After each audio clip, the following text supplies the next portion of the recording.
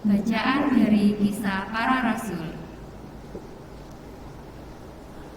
Pada waktu itu, Paulus dan Barnabas mengunjungi untuk kedua kalinya umat di kota Listra, Ikonium, dan Antiokhia.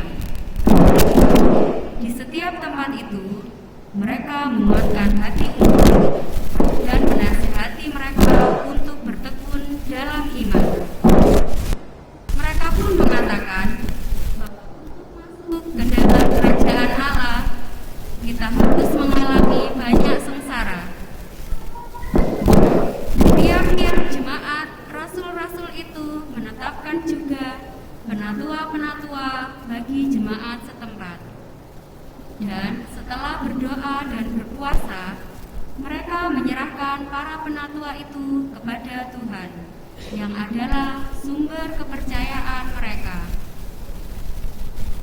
Paulus dan Barnabas lalu menjelajah seluruh Pisidia dan tiba di wilayah Pamfilia.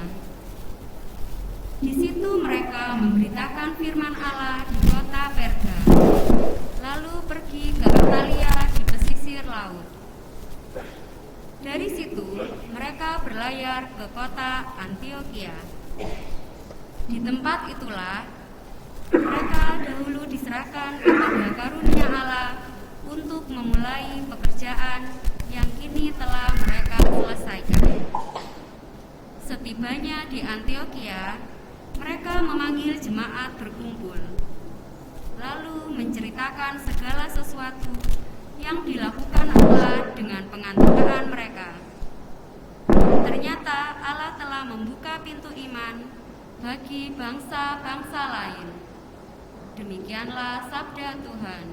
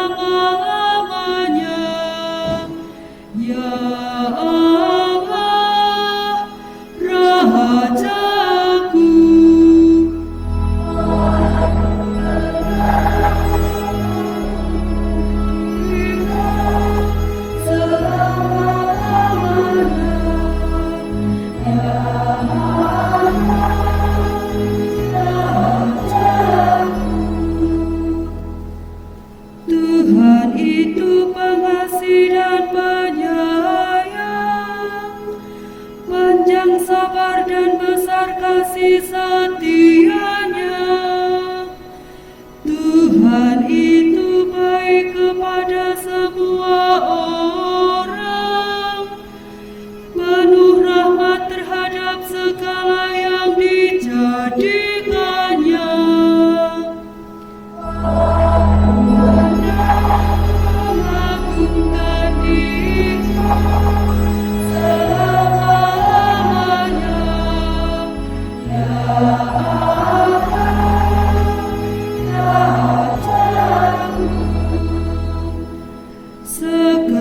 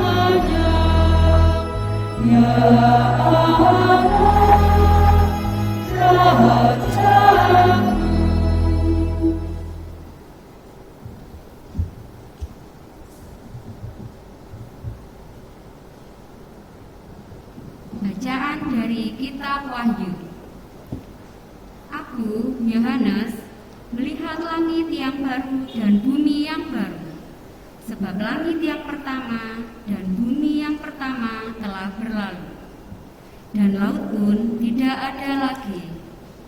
Dan aku melihat kota yang kudus, Yerusalem yang baru, turun dari surga, dari Allah, berhias bagaikan pengantin perempuan yang berdandan untuk suaminya.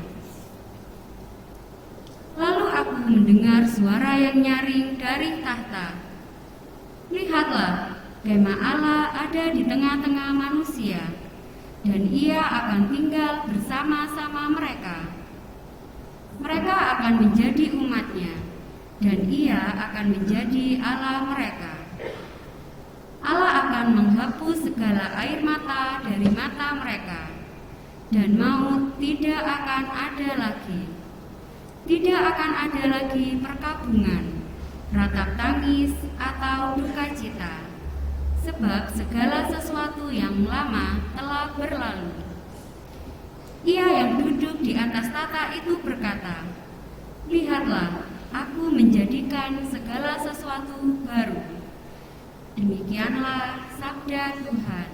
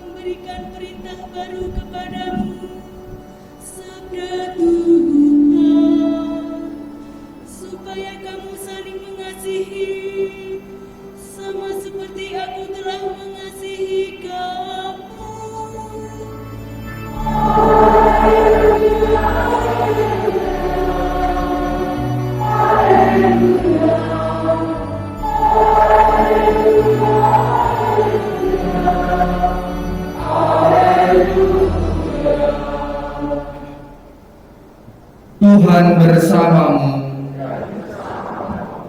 Inilah Injil Yesus Kristus menurut Yohanes.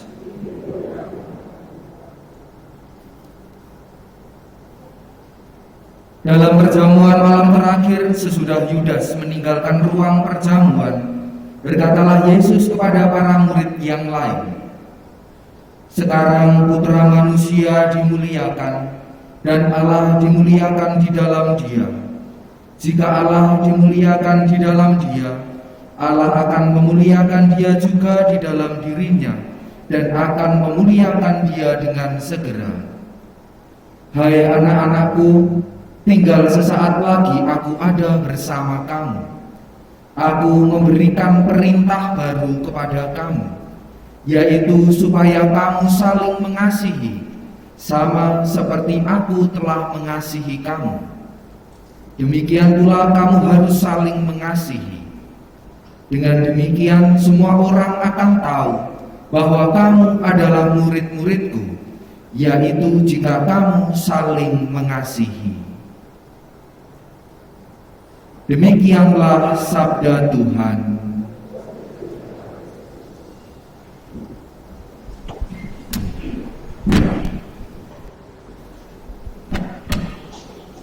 Saudara-saudari yang terkasih dalam Kristus, selamat malam. Kiranya pesan yang ingin disampaikan oleh Injil hari ini, yang kita dengarkan hari ini sudah sangat jelas, yaitu supaya kita saling mengasihi. Dan ini menjadi sebuah identitas. Jadi kalau kita adalah murid-murid Kristus, cirinya adalah saling mengasihi.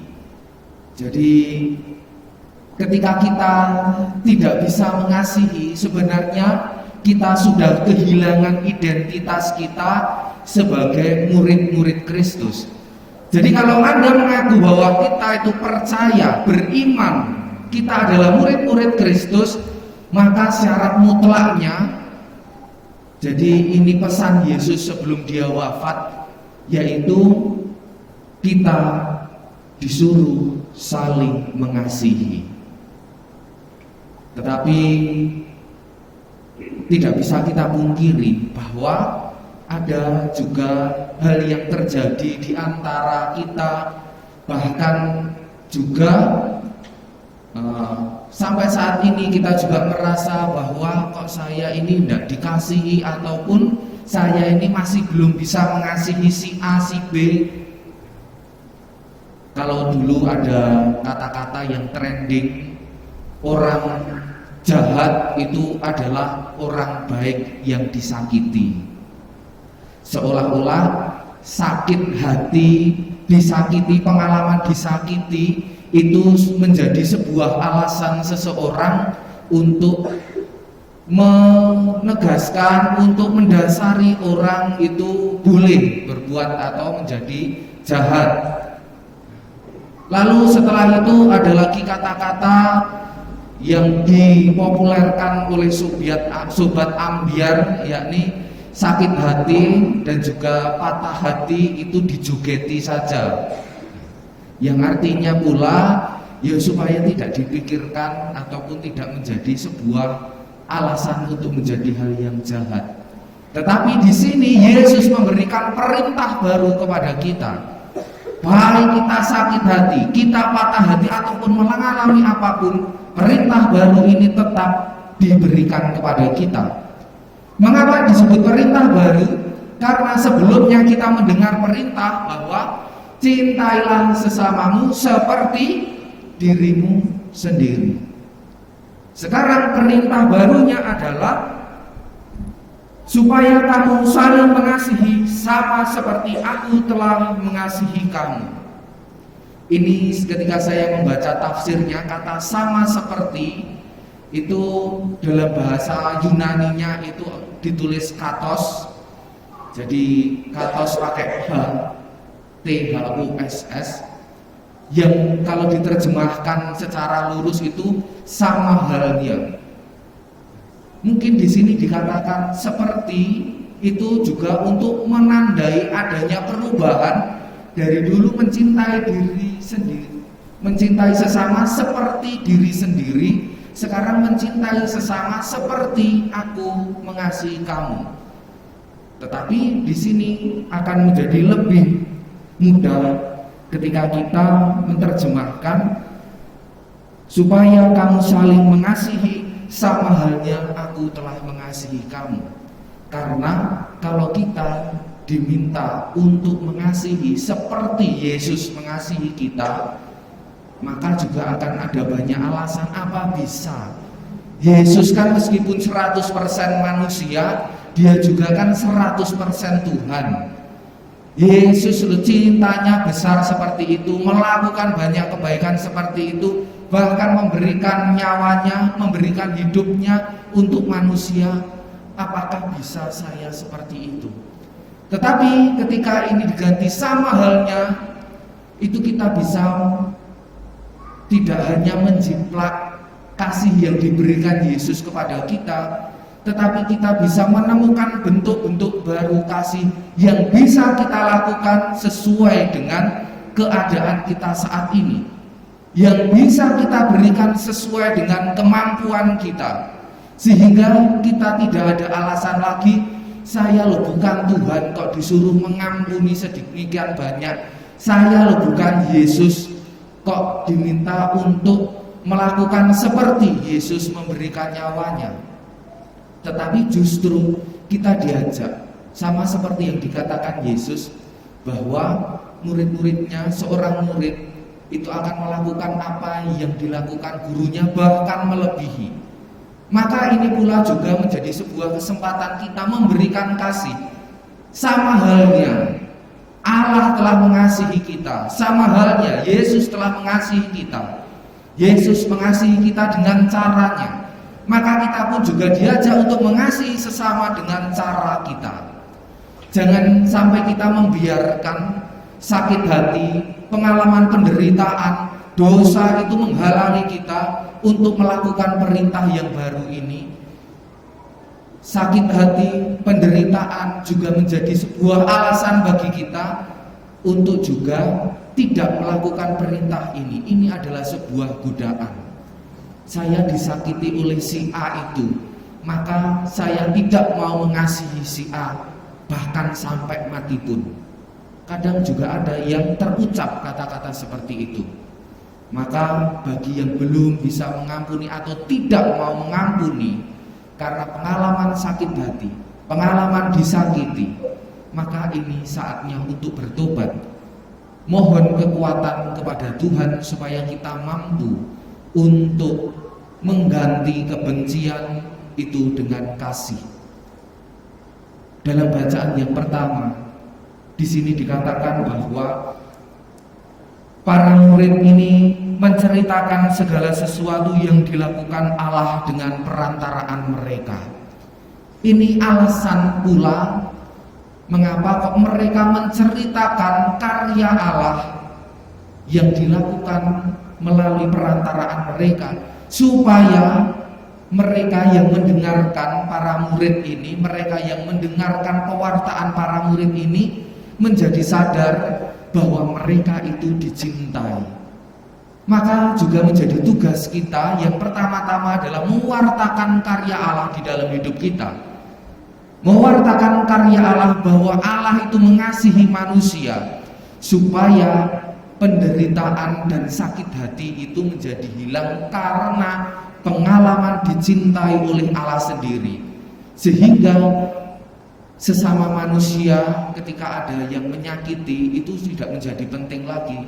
Terserah kamu menyakiti saya atau tidak, terserah kamu marah kepada saya atau tidak, yang jelas Tuhan itu mencintai saya dan memberikan tugas kepada saya untuk mengasihi kamu, sama halnya bahwa Ia telah mengasihi saya. Pengalaman dikasihi akan menguatkan kita untuk menjalankan perintah yang baru tadi, mengikis pengalaman sakit hati, mengikis pengalaman penderitaan yang hanya akan menghambat kita melakukan perbuatan-perbuatan kasih. Maka melalui apa yang kita dengarkan dalam Injil hari ini dan juga bacaan-bacaan yang kita dengarkan hari ini, kita pun diajak untuk bertobat. Kita diajak untuk beriman kepada Yesus yang bangkit. Kita diajak untuk mewartakan Yesus yang bangkit, bahwa Ia tetap mencintai kita, dan supaya kita pun diberi kekuatan untuk melaksanakan kasih ini kepada sesama, karena Tuhan juga telah mengasihi kita dengan sedemikian besar di dalam hidup kita. Dan ketika kita sudah memiliki identitas sebagai murid-murid Kristus, maka hasilnya itu akan dijelaskan dalam bacaan yang kedua. Tuhan menyediakan Yerusalem yang baru, di mana kebahagiaannya itu menjadi sempurna, karena di Yerusalem yang baru mereka tinggal tetap bersama-sama dengan Allah. Kalau pada saat ini kita tinggal di Yerusalem yang baru yang adalah gereja, ini mungkin kebahagiaannya masih belum tetap, karena kadang merasakan sakit hati, kadang merasakan kesedihan, penderitaan, karena ya berbagai macam peristiwa yang kita alami. Tetapi di Yerusalem yang baru, yakni surga yang biasa kita sebut, di situ kita akan memperoleh kesempurnaan dalam kebahagiaan, karena kita diperkenankan untuk tinggal bersama-sama dengan Allah. Maka ini menjadi sebuah perintah yang penting, karena dari perintah ini menjadi sebuah identitas bagi kita, dan identitas inilah ketika kita menjadi murid-murid Kristus yang sejati inilah, ketika kita memiliki identitas inilah yang diperkenankan masuk untuk ke Yerusalem yang baru. Berkat Tuhan senantiasa menyertai kita semua.